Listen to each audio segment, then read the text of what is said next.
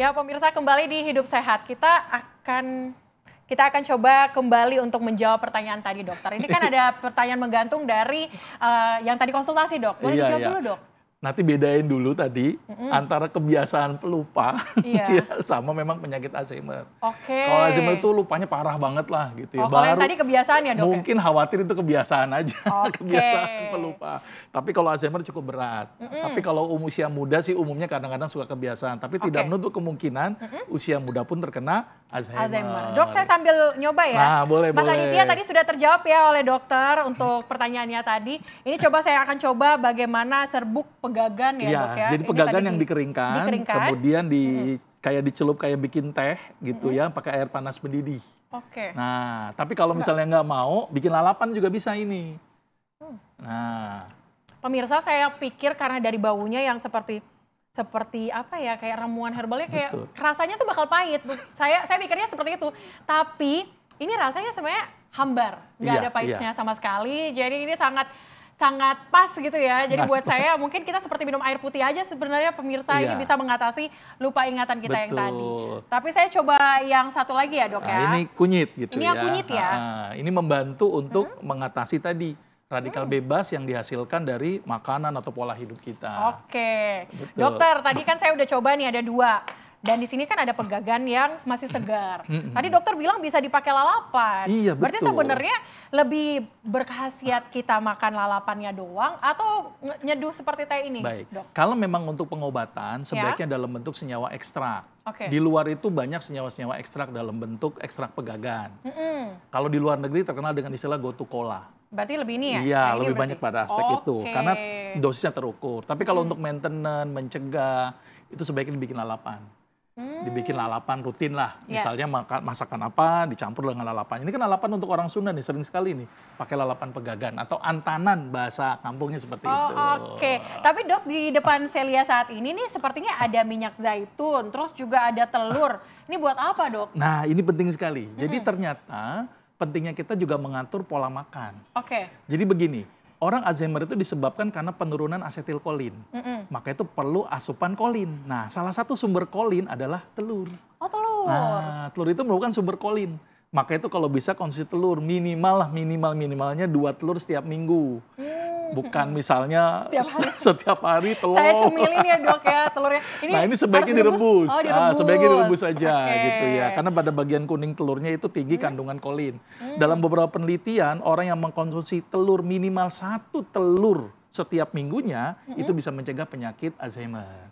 Kalau zaitun? Nah, zaitun ini juga mengandung beberapa unsur lemak baik yang diperlukan untuk pembentukan sel-sel otak. Kan kita tahu bahwa otak kita itu kan terdiri dari lemak.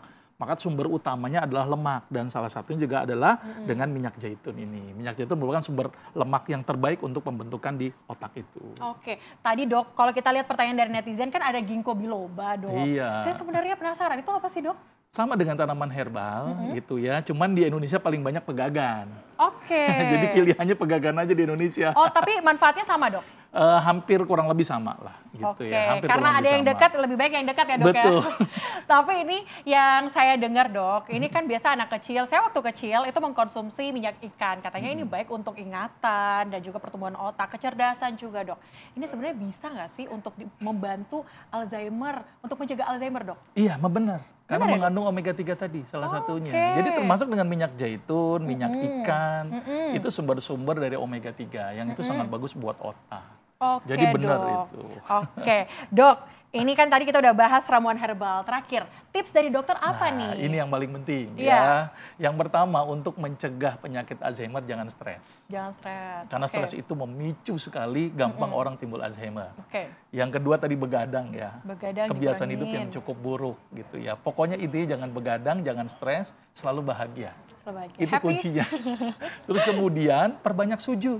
Itu ini ada penting sekali itu. Karena orang yang perbanyak sujud, aliran darah ke otaknya menjadi lebih baik. Jadi perbanyak sujud. Karena itu hal yang cukup membantu untuk mencegah timbulnya Alzheimer. Lebih bagus lagi menghafal. Menghafal Quran lebih keren lagi itu. Untuk menjaga stimulasi dari si otak itu sendiri. Jadi menghafal, seringlah menghafal. Jadi jangan banyak bengongnya, banyak hafalannya. Jadi harus otak itu diajak bekerja juga ya, dok ya. Terus kemudian makanan-makanan yang bergizi.